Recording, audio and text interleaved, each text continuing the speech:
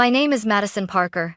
I'm 27 years old, and if someone had told me 10 years ago that I'd inherit my grandfather's entire empire worth $5 billion, I would have laughed in their face. Back then, I was the unwanted daughter, kicked out on my 18th birthday with nothing but a backpack and a sneer from my parents. "You'll never survive without us." So imagine walking into a courtroom last month, facing those same parents, perfect suits, fake smiles, my older brother Ethan sitting beside them like he already owned the world. My mother leaned in, her perfume choking the air, and whispered sweetly, "Of course, Madison, we'll manage it all for you." My father nodded smugly, as if my life, my future, and $5 billion were already in their hands. But when the judge turned to the next page of the will, their smiles froze, then shattered. I grew up in a house where appearances mattered more than love. My parents, Richard and Diane Parker, weren't poor, far from it. Dad was a regional executive at a logistics firm. Mom was the type who lived for cocktail parties and neighborhood gossip. But if you looked beneath the polished smiles, you'd see the rot. They only valued the child who fit their perfect image.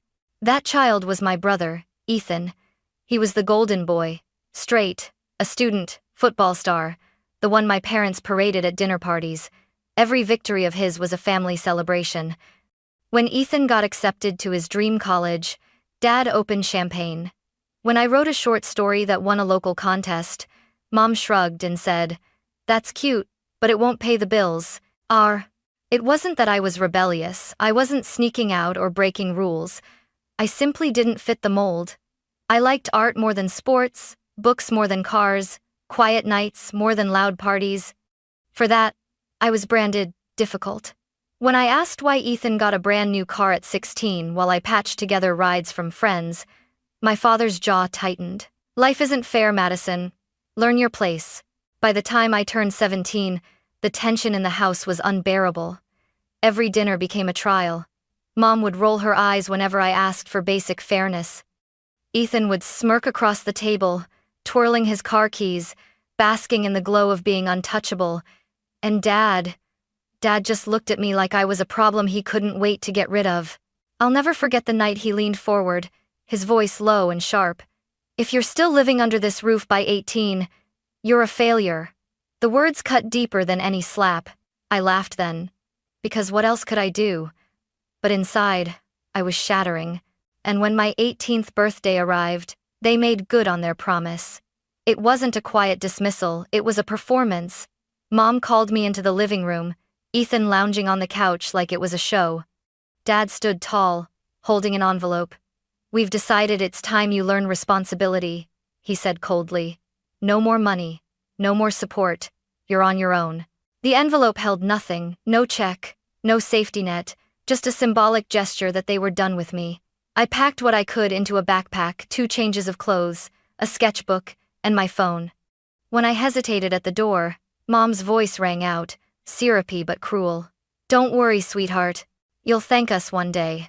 That night, I slept in the back seat of my old car, staring at the ceiling, wondering how my life had unraveled so completely. Meanwhile, Ethan posted photos from his fraternity party, smiling with a brand new MacBook Dad had bought him. The only person who didn't abandon me was my grandfather, William Parker. He invited me over on weekends, fed me, let me crash on his couch when I had nowhere else to go. He never said much about my parents, but the way his eyes darkened when their names came up told me he knew the truth.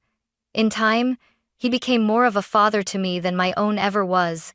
The years after I left home blurred into survival. I worked part-time jobs, studied when I could, and scraped together enough to rent a shoebox apartment. It wasn't glamorous, but it was mine.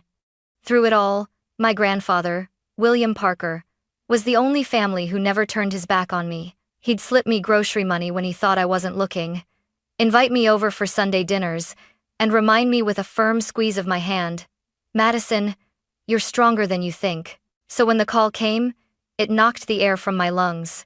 Grandpa was gone. Even though I knew he had been sick for a while, some foolish part of me believed he'd outlast us all. Stubborn, steady, unshakable. Losing him felt like losing the only anchor I had left. The days after his death were a fog. I expected nothing from the estate. Maybe an old watch, a letter, something small to remember him by. I certainly didn't think I'd be summoned to a will reading in the county courthouse. When the official envelope arrived, embossed with the seal of the probate court, my hands shook as I opened it. Inside, the words were clear. The heirs of William Parker are required to attend the reading of his last will and testament. My name was listed alongside my parents and Ethan. I almost didn't go. Part of me wanted to grieve in peace, away from their toxic orbit. But another part, perhaps the one my grandfather nurtured, refused to let them write me out of his story. So, on a gray Monday morning, I walked into the courthouse. They were already there, of course. My parents, Richard and Diane, dressed as if attending a gala rather than their father's will reading. My mother's pearls gleamed against her silk blouse, her lipstick a shade too bright. Dad sat with his hands folded smugly, his cufflinks catching the light. And Ethan. Ethan looked like he was born to inherit an empire. His navy suit was tailored, his grin wide as if the entire proceeding were just a formality. When I stepped through the doorway, all three of them turned. My mother's smile stretched too wide, sugary sweet. "Madison, darling," she cooed, as though we hadn't gone years without speaking. "I knew you'd come." Dad gave a curt nod, his eyes already drifting back to the attorney's briefcase like a hawk watching prey. Ethan smirked and muttered just loud enough for me to hear, "This will be fun." I sat down across from them, my pulse hammering in my ears. The air felt thick, suffocating, as though the walls themselves knew what was about to happen. The attorney, a sharp-eyed man named Mr. Whitmore, cleared his throat and adjusted his papers. "We are here to read the last will and testament of William Parker," he began. My mother's hand brushed mine, her nails pressing slightly into my skin. "Don't worry, Madison," she whispered. "Of course we'll manage it for you." My father nodded smugly, as if the billions were already in his account. They had no idea what was about to hit them. The room was so quiet I could hear the rustle of papers as Mr. Whitmore, the attorney, flipped to the first page of the will. My parents leaned forward. Ethan stretched back like a king awaiting his crown, and I gripped the edge of my chair until my knuckles whitened. "This is the last will and testament of William Parker," Mr. Whitmore began, his voice steady. "Dated and notarized 1 year prior to his passing." My mother exhaled audibly, as though rehearsed. She glanced at Ethan, then at me, with a patronizing smile. Dad rested his hand on his knee, smug and certain. I could almost hear the script they'd written in their heads. Ethan inherits the fortune. They manage it together, and I fade into irrelevance. But then Mr. Whitmore's next words split the air like a thunderclap. "I, William Parker, do hereby leave the entirety of my estate, valued at approximately $5 billion, to my granddaughter, Madison Parker." Time stopped. I swear the clock on the wall went silent. For a heartbeat, nobody moved. My parents froze mid-smile, their faces cracking like porcelain masks. Ethan's jaw dropped, then snapped shut with an audible click. I blinked, certain I'd misheard. $5 billion? To me? My pulse thundered so loudly I barely registered the attorney continuing. "It is my express wish," Mr. Whitmore read, "that this estate be left in her sole possession, with no trustees, no oversight, and no conditional management. Madison Parker is to have full control of the assets, properties, and holdings, effective immediately." The silence that followed was deafening. Then, like vultures realizing their prey had flown from their talons, my family scrambled. My mother's voice shot out first, shrill but laced with sugar. "Well, of course that makes sense," she said, clapping her hands lightly. "Madison was always close to her grandfather. Naturally, she'll need our guidance, won't she, Richard?" Dad straightened, nodding quickly, his smile stretched tight. Yes, of course. $5 billion is, well, it's an enormous responsibility for someone so young, so inexperienced. We'll step in, manage the investments, oversee the properties, protect you from mistakes." Ethan laughed under his breath, the sound cold and sharp. "Don't take it the wrong way, Maddie, but you've never exactly been responsible. Remember when you maxed out that little credit card freshman year? Multiply that by $5 billion disaster waiting to happen." I sat frozen, every word lashing me like a whip. Their arrogance was staggering. Even here, even now, after my grandfather had trusted me with everything, they couldn't see me as capable. To them, I was still the weak one, the expendable one. Mr. Whitmore cleared his throat. To clarify, he said firmly, Mr. Parker specified that the estate belongs solely to Madison Parker. No trustees, no family oversight, no shared management. His instructions are explicit. Dad's jaw tightened. He forced a chuckle. We understand. We're only concerned for her well-being. You understand, don't you, Madison? He looked at me then, calling me Madison, like it was some gesture of affection, though his eyes gleamed with fury. Mom leaned closer, her nails digging into my arm. Sweetheart, you know we only want what's best. Let us guide you. Grandpa would want us all to benefit. That word benefit hung heavy in the air. Benefit for them, not me. Inside, something stirred. A heat I hadn't felt in years. I remembered every cold night in my car, every cruel smirk across the dinner table, every time they told me I wasn't enough.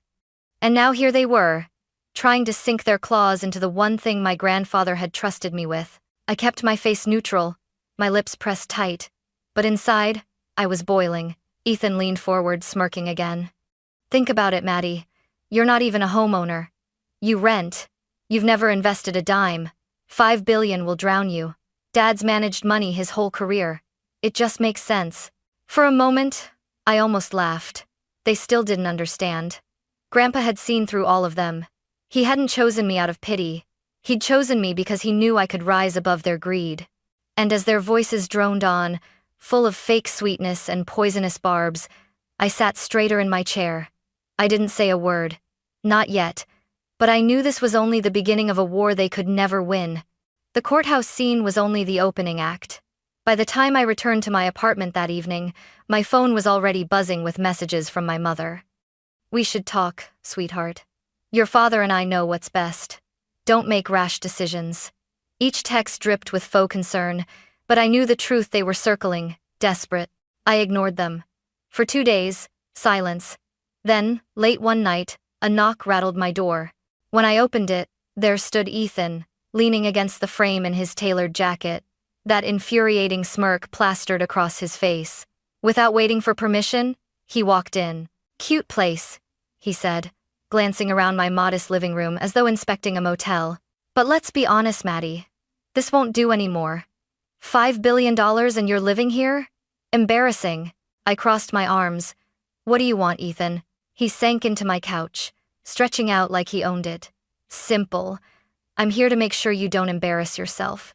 You've been living small for so long you don't even realize what you've got. Dad knows investments. Mom knows people. And me? I've got vision. Style. Together we could turn Grandpa's empire into something bigger. But only if you stop being stubborn. His words stung not because they held truth, but because they echoed every insult I'd ever heard at home. Small, stubborn, incompetent. He had learned their script by heart. I don't need your help, I said firmly. Grandpa left it to me. Not you, not them, me. For the first time, his smirk faltered. He covered it with a chuckle, but I saw the flicker of panic in his eyes. You really think you can handle this alone? Be smart, Maddie. Hand it over before you drown. I showed him the door. But Ethan wasn't the only one. The next day, my mother appeared no knock, just sweeping in like she still owned my life. She perched on a chair, smoothing her skirt, voice syrupy. Darling, you've always been too sensitive. This money, it could ruin you. Let us shoulder the burden. I stared at her, remembering the night she smiled as she kicked me out. Her nails dug lightly into my arm now, just like in the courtroom. Think of it as a family effort, she cooed. Grandpa would want us all to benefit. Benefit. The same poisoned word. When she finally left, I locked the door and sat in the silence, my chest tight. For a moment, doubt whispered, maybe they were right. Maybe I wasn't strong enough. But then I pictured Grandpa's steady eyes, the way he'd told me, you think before you speak. That's not weakness, that's strength. That night, I made a decision. No more playing defense. From now on, I document every word, every threat, every attempt to gaslight me. If they wanted a war, I'd be ready. And deep down, I knew this was only the beginning. I thought the whispers and guilt trips were bad, but nothing prepared me for outright betrayal. It started with a phone call. I was at work when my cell buzzed Mr. Whitmore, the attorney. His voice was clipped, urgent. "Madison, I need to ask, did you authorize anyone to access the estate accounts?" My stomach dropped. "No." "Why?" He sighed. "Someone presented themselves at the bank as your representative. They tried to withdraw funds. Fortunately, the stipulations in your grandfather's will flagged the attempt. The bank refused." "But, Madison," they were insistent. I didn't need to ask who it was. I could picture it perfectly, my father's stern voice, my mother's sugary smile, Ethan's arrogance all spun into a lie to claim what wasn't theirs. That night, I drove past their house. The lights glowed warmly, the porch as pristine as ever. 2 cars sat in the driveway like nothing had changed. But to me, the sight was venom. They weren't just manipulative anymore. They were thieves. And as if that weren't enough, the slander campaign began. Small towns thrive on gossip. And my parents knew it. Suddenly, people at the grocery store looked at me differently.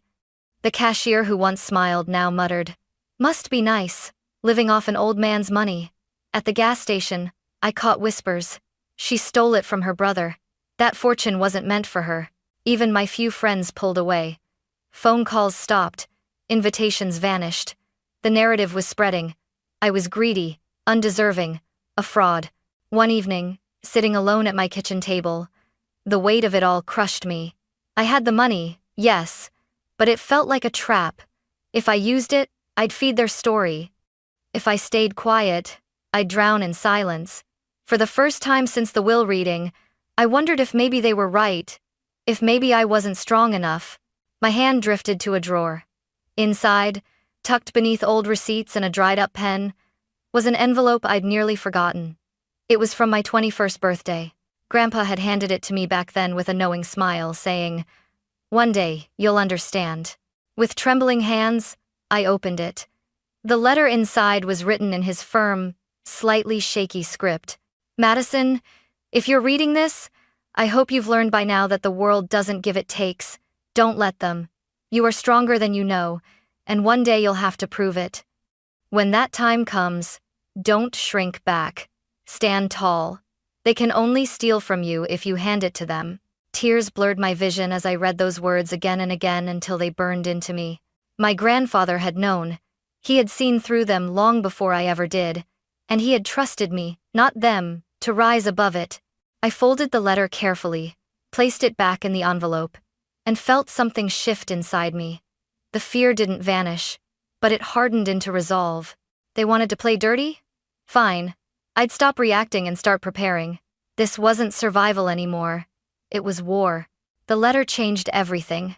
For the first time, I felt my grandfather's presence not just as a memory, but as a guide. His words lit a fire in me.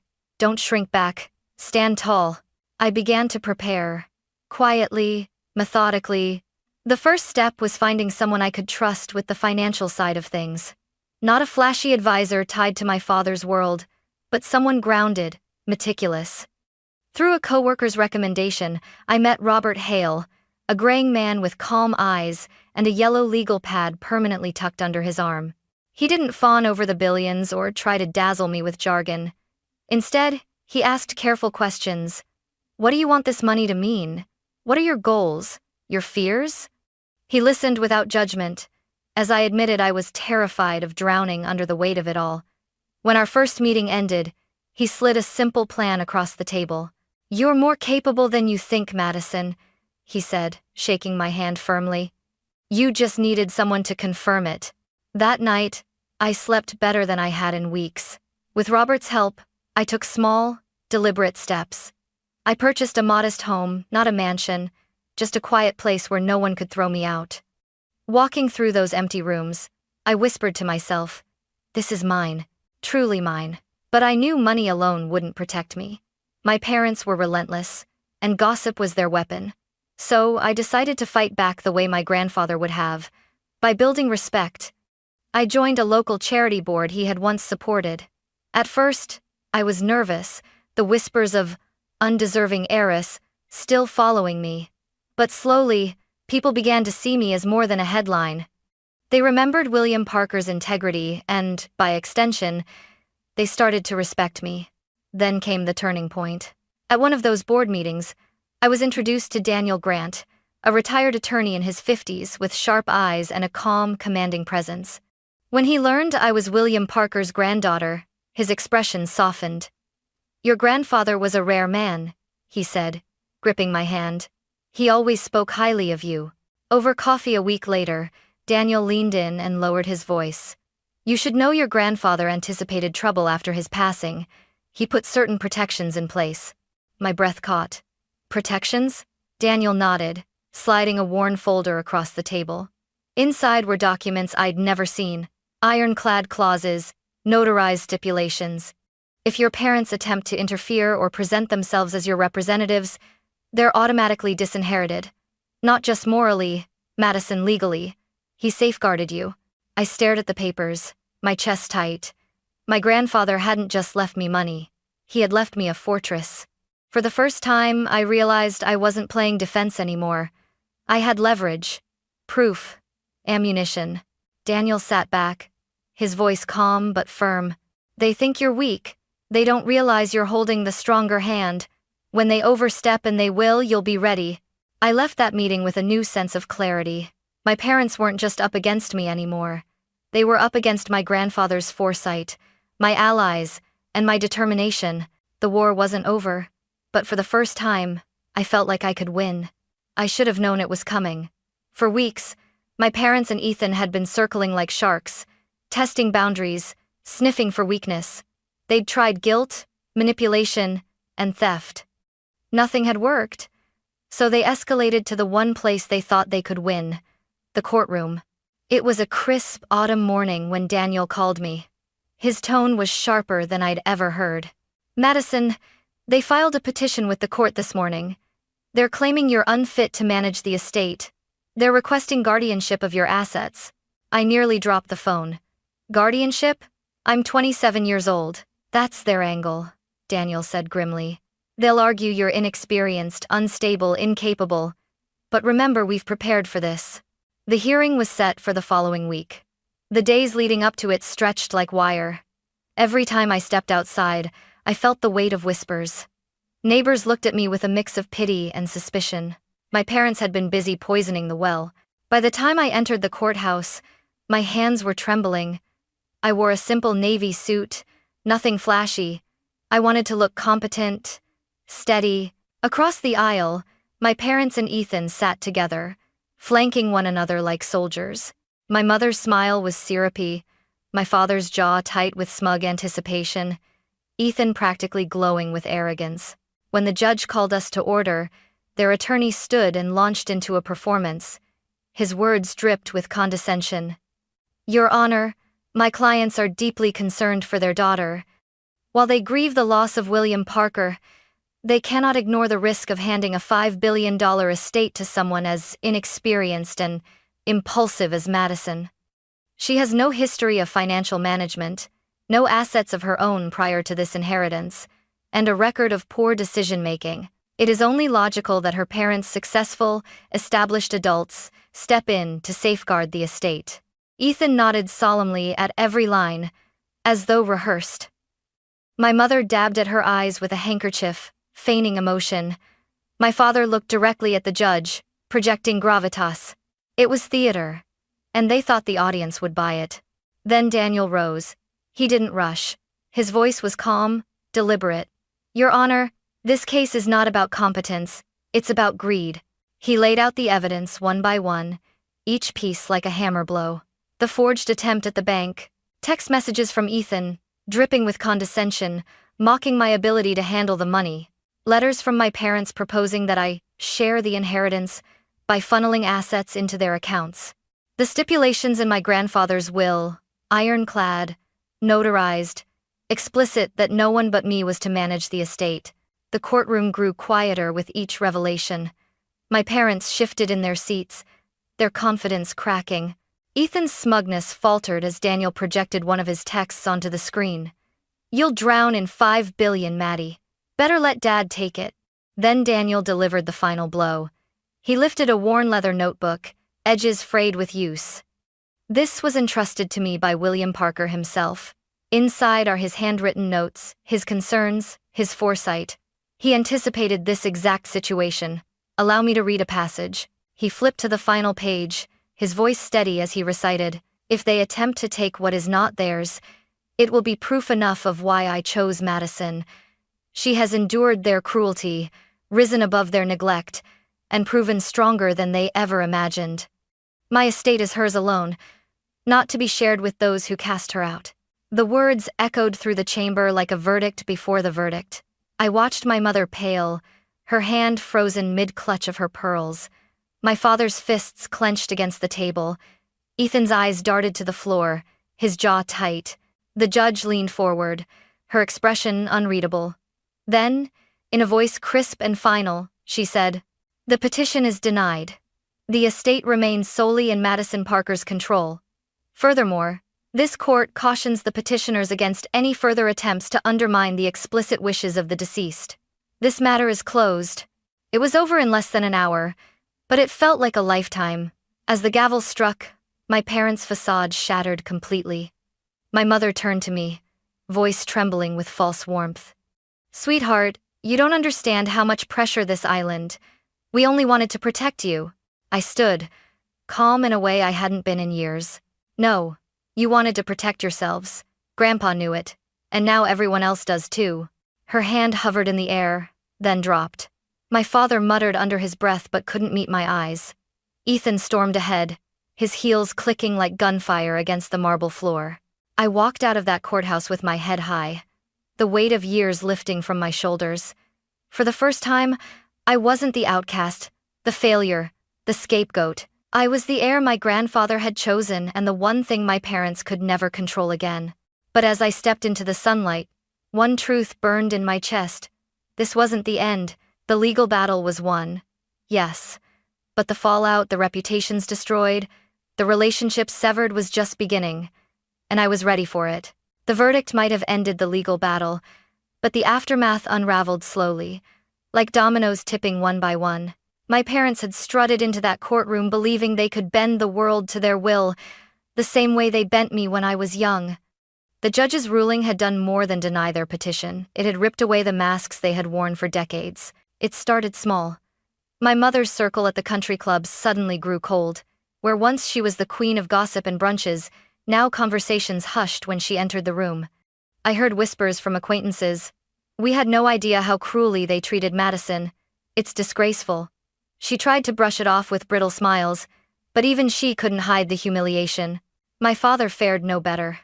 News of the court case spread through his company like wildfire. Clients who once trusted his expertise in finance began to distance themselves. Meetings were canceled.